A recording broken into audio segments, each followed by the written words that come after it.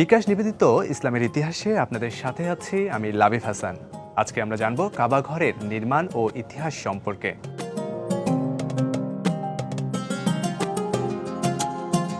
কাবা ঘর মুসলিম উম্মার প্রাণকেন্দ্র, মুসলমানদের সবচেয়ে পবিত্র স্থান।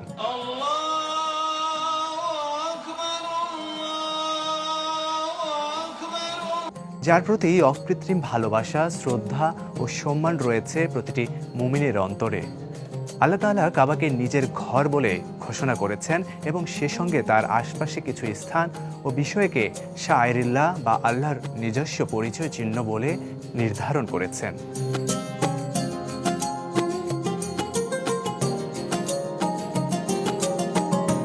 হাদিসের ভাষ্যমতে কাবার নিচের অংশ পৃথিবীর প্রথম জমিন। হযরত আদম আলাইহিসসালামের সৃষ্টির ২০০০ বছর আগে সেখানে পৃথিবীর প্রথম ঘর কাবা নির্মাণ করা হয়। আল্লাহর নির্দেশে কাবা ঘরের ভিত্তিপ্রস্তর স্থাপন করেন ফেরেশতারা।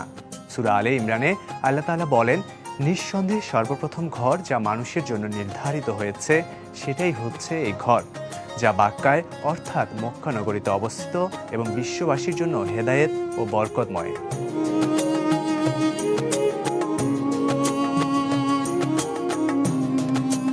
কাবা শরীফের ঠিক ওপরে ঊর্ধ্ব আকাশে বায়তুল মামুরে ফেরেশতারা অনেক আগে থেকে তাওয়াফ করে আসছিলেন। আল্লাহ তাআলার জমিনের ফেরেশতাদের বললেন, তোমরা বায়তুল মামুরের আদলে একটি ঘর নির্মাণ করো। তখন তারা কাবা শরীফ নির্মাণ করেন। অতঃপর আল্লাহ তাআলা তাদের কাবা গৃহ তাওয়াফ করার নির্দেশ দিলেন। কাবা ঘরের জমিনটুকু হচ্ছে পৃথিবীর প্রথম মাটি। ধীরে ধীরে এর চারপাশ ভরাট হয়ে সৃষ্টি হয় একটি বিশাল মহাদেশের। পরে এক মহাদেশ থেকেই সৃষ্টি হয় ৭ মহাদেশের।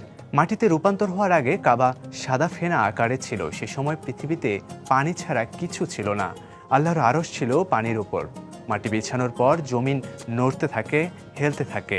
এর জন্য মহান আল্লাহ পাহাড় সৃষ্টি করেন।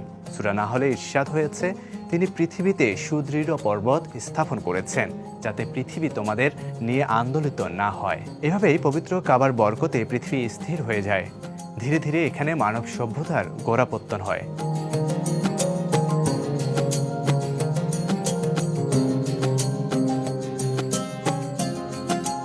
প্রাকৃতিক দুর্যোগ যেমন বন্যা ও শত্রুদের আক্রমণের কারণে বেশ কয়েকবার ক্ষতিগ্রস্ত হয়েছে পবিত্র কাবা শরীফ।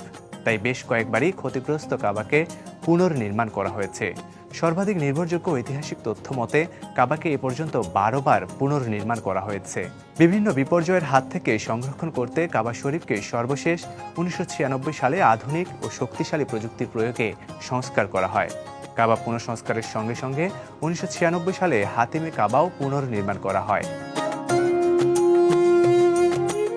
হযরত আব্দুল্লাহ ইবনে আমর রাদিয়াল্লাহু আনহু হতে বর্ণিত, রাসূলুল্লাহ সাল্লাল্লাহু আলাইহি ওয়াসাল্লাম বলেছেন, হযরত আদম আলাইহিস সালাম ও হাওয়া আলাইহিস সালামের পৃথিবীতে অবতরণের পর আল্লাহ তাআলা হযরত জিবরাইল আলাইহিস সালামের মাধ্যমে তাকে বায়তুল্লাহ শরীফ নির্মাণের আদেশ দিয়েছেন।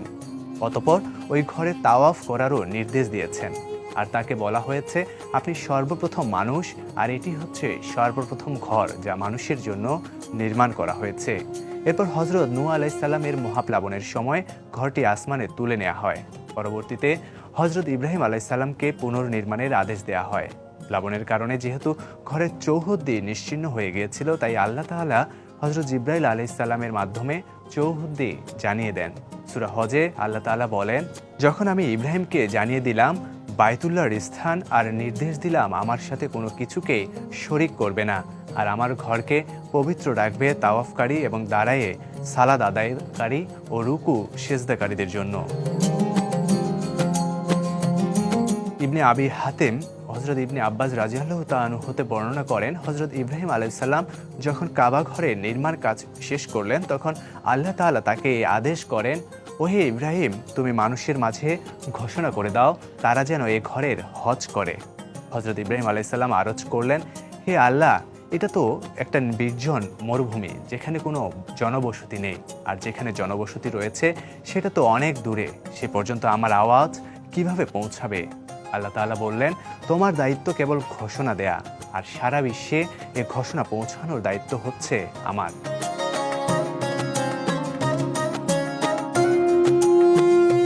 হযরত ইব্রাহিম আলাইহিস সালাম আল্লাহর আদেশে মাকামে ইব্রাহিমে দাঁড়িয়ে দোকানে অঙ্গুলি রেখে চারদিকে ঘোষণা দিলেন, হে মানব মণ্ডলী, তোমাদের রব একটি ঘর নির্মাণ করেছেন এবং তোমাদের উপর ওই ঘরের হজ ফরজ করেছেন। অতএব তোমরা আপন রবের আদেশ পালন করো। আল্লাহ তাআলা হযরত ইব্রাহিম আলাইহিসসালামের এই ঘোষণা সারা বিশ্বে পৌঁছে দিয়েছেন। আর সেটা কেবল ওই সময়কার মানুষের মাঝে নয়, বরং কিয়ামত অবধি যত মানুষ জন্ম নেবে সকলের কাছেই মুজিজা স্বরূপ এ ঘোষণা পৌঁছে গিয়েছে। যাদের ভাগ্যে আল্লাহ তাআলা হজ লিখেছেন তাদের সবাই ওই সময় লাব্বাইক আল্লাহুম্মা লাব্বাইক বলেছেন। হযরত ইবনে আব্বাস রাদিয়াল্লাহু আনহু বলেন, আজ হাজিরা যে লাব্বাইক বলে থাকেন এটা হযরত ইব্রাহিম আলাইহিস সালামের সেই ডাকের ইশারা। অতঃপর কোনো এক কারণে কাবা ঘর ধসে গেলে জুরহুম গোত্র তার মেরামত করে, এরপর ধসে গেলে আমালেকা গোত্র মেরামত করে, এরপর ধসে গেলে কুরাইশরা মেরামত করে। ওই মেরামত কাজে রাসূলুল্লাহ সাল্লাল্লাহু আলাইহি ওয়াসাল্লাম খোদ অংশগ্রহণ করেছিলেন এবং হাজারে আসওয়াদ নিজ হাতে স্থাপন করেছিলেন, যার ঘটনা সুপ্রসিদ্ধ। কুরাইশ যখন কাবা ঘর মেরামত করে তখন তারা এতে কিছু পরিবর্তন ঘটায়।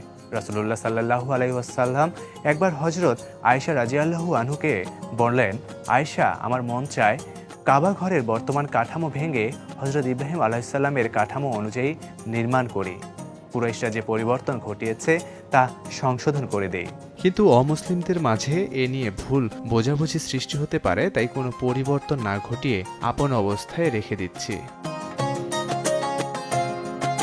কিন্তু হযরত আয়েশা রাদিয়াল্লাহু তাআলা আনহা এর ভাগ্নে হযরত আব্দুল্লাহ ইবনে জুবাইর রাদিয়াল্লাহু আনহু মক্কার শাসনকর্তা নিযুক্ত হলে কাঠামো পুনর্নির্মাণ করেন।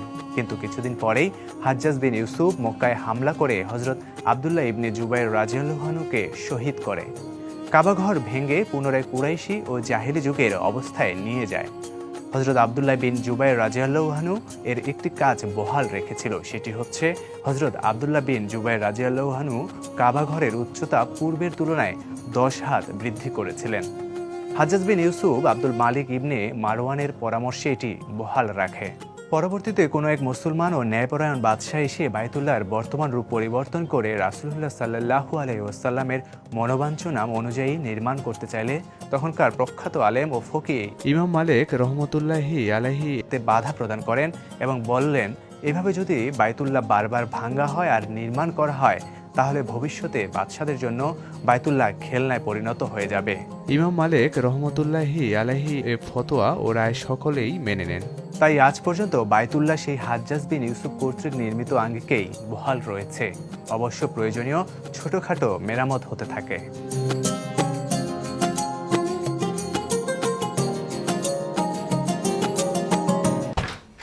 এখন বিকাশ অ্যাপে পাবেন দেশের প্রথম ডিজিটাল লোন। বিকাশ অ্যাপের লোন অপশনে গিয়ে সিটি ব্যাংক থেকে 20,000 টাকা লোন নিয়ে নিলাম, একদম ইনস্ট্যান্ট। কোথাও যাওয়াও লাগে নাই, কাগজপত্রের ঝামেলা নাই।